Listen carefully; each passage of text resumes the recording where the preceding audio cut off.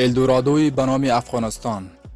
معادن غنی دست نخورده لیتیوم به ارزش 3 تریلیون دلار زیر پای ما افغانها قرار دارد. ارزیابی‌های تازه از وجود منابع بکر لیتیوم و خاک‌های کمیاب حکایت دارد که جهان برای خلاصی از سوخت‌های فسیلی سخت به آنها نیاز پیدا کرده است. بله، درست شنیدید. نفت آینده در اختیار افغانها. به همان اندازه که عربستان برای تامین نفت خام جهان اهمیت دارد، افغانستان نیز برای تامین لیتیوم جهان حائز اهمیت است. موجودیت معادن لیتیوم در مناطقی از 3 ولایت افغانستان یعنی دشت ناهور غزنی، اناردره فراه، اشترلی دایکندی ثابت شده است و در ولایت‌های دیگر نیز وجود دارد. گفته می شود منابع لیتیوم افغانستان به طول 850 تا 900 کیلومتر از هلمند تا ننگرهار، لغمان تا ارزگان و اشکاشم با پهنای 150 تا 200 کیلومتر تثبیت شده است. عمر این معادن لیتیوم حدود 70 سال تخمین زده شده است. بیشترین و بزرگترین ذخایر لیتیوم دنیا در بولوی و افغانستان وجود دارد که حتی تعدادی از کارشناسان یکی از دلایل کودتای بولوی و جنگ آمریکا در افغانستان و ویژه در دوران ترامپ را دسترسی به معادن غنی لیتیوم در این کشور می‌دانستند. بر اساس تجزیه و تحلیل اولیه از یک سایت در غزنی، پتانسیل ذخایر لیتیوم را به بزرگی ذخایر بولوی که دارای 21 میلیون تن است نشان داد. لیتیوم یک فلز قلیایی نقره‌ای سفید و نرم با عدد اتمی 3 است. این عنصر در شرایط استاندارد دما و فشار سبکترین فلز و کمچگالی ترین عنصر جامد است. به دلیل واکنش پذیری بالای لیتیوم هرگز نمیتوان آن را به صورت عنصر آزاد در طبیعت پیدا کرد و همواره در بخشی از یک ترکیب شیمیایی که بیشتر یونی هست پیدا می شود. از آنجایی که لیتیوم در آب حل می شود به صورت یون در آب اقیانوس‌ها و به صورت نمک در خاک‌ها پیدا می شود. همزمان با سرعت گرفتن تلاش جهانی برای به حداقل رساندن مصرف سوخت‌های فسیلی مانند نفت و گاز برای تولید انرژی، استفاده از مس و لیتیوم برای ذخیره و انتقال کارآمدتر انرژی برق بیش از پیش مورد توجه قرار گرفته است.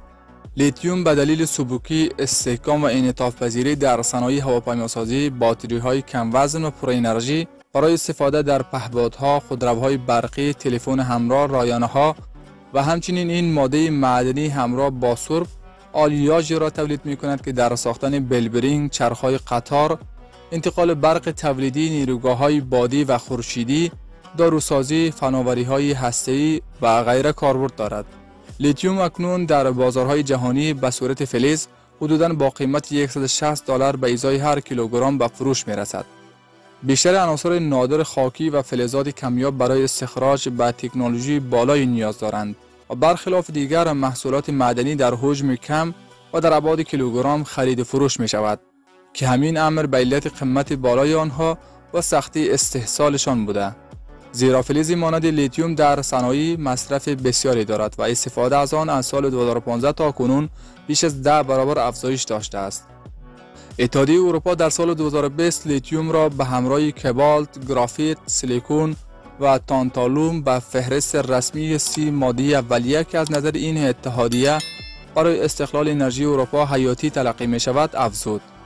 در همین حال آژانس بین المللی انرژی IAEA نیز برآورد کرد که تقاضای جهانی لیتیوم تا سال 2040 بیش از 40 برابر می شود. گیوم پترون نویسنده کتاب جنگ فلزات کمیاب نیز در این کتاب اذعان کرده که افغانستان بر روی ذخایر عظیمی از لیتیوم قرار گرفته که تا به امروز دست نخورده باقی مانده و مورد بهره برداری قرار نگرفته است. در واقع مشابه نفت، لیتیوم به دلیل استفاده از آن در باتری ها و محصولات انرژی غیر متعارف به سرعت در حال تبدیل شدن به محصول استراتژیک است که در این میان وجود این منابع در افغانستان در حالی که جهان به شدت به آن نیاز دارد مهم است. زیرا ذخایر عظیم لیتیوم این کشور نوید بخش تأمین کننده نیازهای جهانی انرژی غیر متعارف است. اما به طور کلی منابع لیتیوم در افغانستان برای اولین بار توسط کارشناسان معدن شوروی در دهه 1980 کشف شد، اما آنها تا سال 2004 آن را فاش نکردند تا اینکه تیمی از زمینشناسان آمریکایی به طور اتفاقی با مجموعه نمودارها و داده‌های قدیمی در کتابخانه سازمان زمینشناسی افغانستان در کابل برخورد کردند. در نهایت دارایی‌های لیتیوم افغانستان نه تنها برای چین بلکه برای اقتصاد بزرگ دیگر یعنی هند نیز حیاتی است. چرا که هند در آرزوی تبدیل شدن به دومین تولید کننده بزرگ تلفن همراه در جهان است.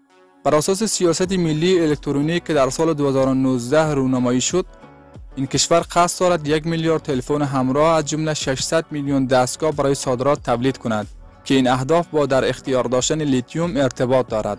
هند در حال حاضر این ماده را از آرژانتین، بولیوی و شیلی تأمین می‌کند. وزارت معادن و صنایع طالبان ارزش معادن لیتیوم افغانستان را برابر با ارزش نفت عربستان می‌داند، اما تاکنون این معادن دست نخورده باقی مانده‌اند. اکنون فرصت فراهم شده است تا شرکت‌های بزرگ جهانی برای استخراج این معادن سرمایه‌گذاری کنند.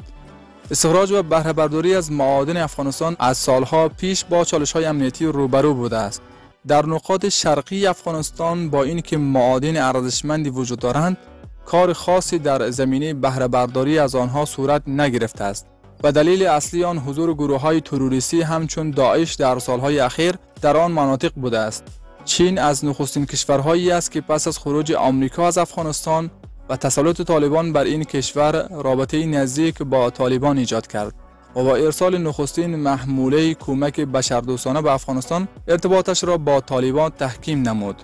طالبان تاکنون در مورد سفر صنعتکاران چینی برای بررسی معادن افغانستان رسما ابراز نظر نکرده، اما گفته است که از شرکت‌های بزرگ جهانی که علاقه‌مند سرمایه‌گذاری در افغانستان باشند استقبال می‌کند.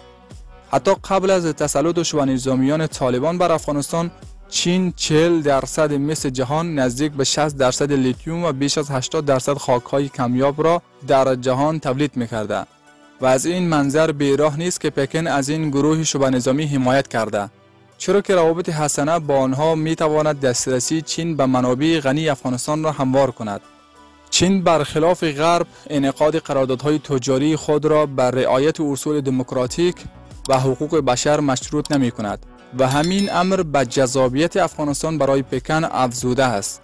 با این حال به نظر می رسد مقامات طالبان ترجیح می دهند با شرکت‌های از غرب یا روسیه معامله کنند، زیرا ظرفیت بیشتری دارند. در نتیجه کارشناسان باور دارند که تنها استخراج معادن لیتیوم افغانستان می تواند میلیاردها دلار برای این کشور تولید ثروت کند و افغانستان را از یک کشور فقیر و نیازمند کمک‌های خارجی به کشور ثروتمند و توسعه یافته تبدیل نماید.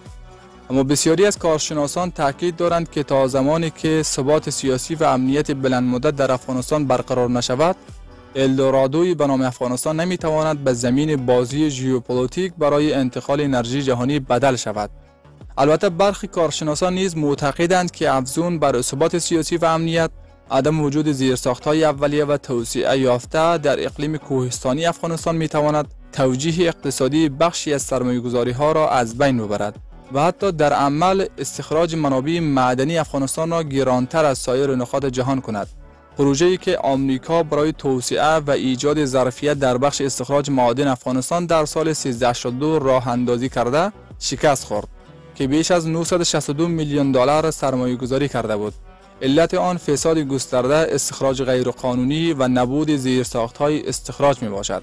استخراج غیرقانونی معادن از سال 2001 تا 2021، یعنی تا زمان تسلط طالبان بر کابل، سالانه 300 میلیون دلار برای دولت هزینه داشته است. در حال حاضر استخراج معادن در مقیاس کوچک در افغانستان وجود دارد که بیشتر آنها غیر رسمی و غیر قانونی است و خارج از رژیم رسمی مالی و نظارتی کشور انجام می شود. استخراج معادن منبع اصلی درآمد طالبان و همچنین داعش، شورای نظامیان محلی و جنگسالاران در طول جنگ ایالات متحده در افغانستان بود. سبد معدنی طالبان بیشتر از مواد معدنی تشکیل شده است که با سرمایه و تکنولوژی محدود قابل استخراج و یا فراوری هستند.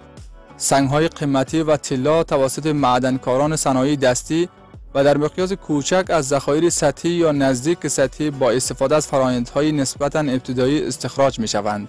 اما استخراج و پردازش لیتیوم از نظر سرمایه و تکنولوژی فشرده است و بنابراین نیاز به سرمایه‌گذاری خارجی دارد. در آخر، افغانستان از دیرباز یک کشور وابسته به کمک‌های خارجی بوده است. چشمانداز استخراج لیتیوم می‌تواند اقتصاد بی‌ثبات و وابسته به کمک‌های افغانستان را به یک اقتصاد باثبات و تجارت محور تبدیل کند. با این حال بدون صلح و ثبات و همچنین جهتگیری‌های سیاسی قطعی از سوی اداره موقت جدید، بهره برداری از منابع جدید استراتژیک که پتانسیل تغییر ثروت افغانستان را از طریق غنیسازی دارد، یک رویا باقی خواهد ماند. حقیقت این است که مواد معدنی که در زیر زمین باقی میماند ارزشی ندارد. سعدالله محمدی هستم و ممنونم از اینکه کانال ما را برای تماشا کردن انتخاب کردید. دیدگاهتان را در مورد منابع غنی افغانستان و آینده آن در کامنت بنویسید و برای حمایت از ما ویدیو را لایک، کانال ما را سابسکرایب و آیکن زنگ را فشار دهید. تا دیدار بعد، خدا نگهدارتان.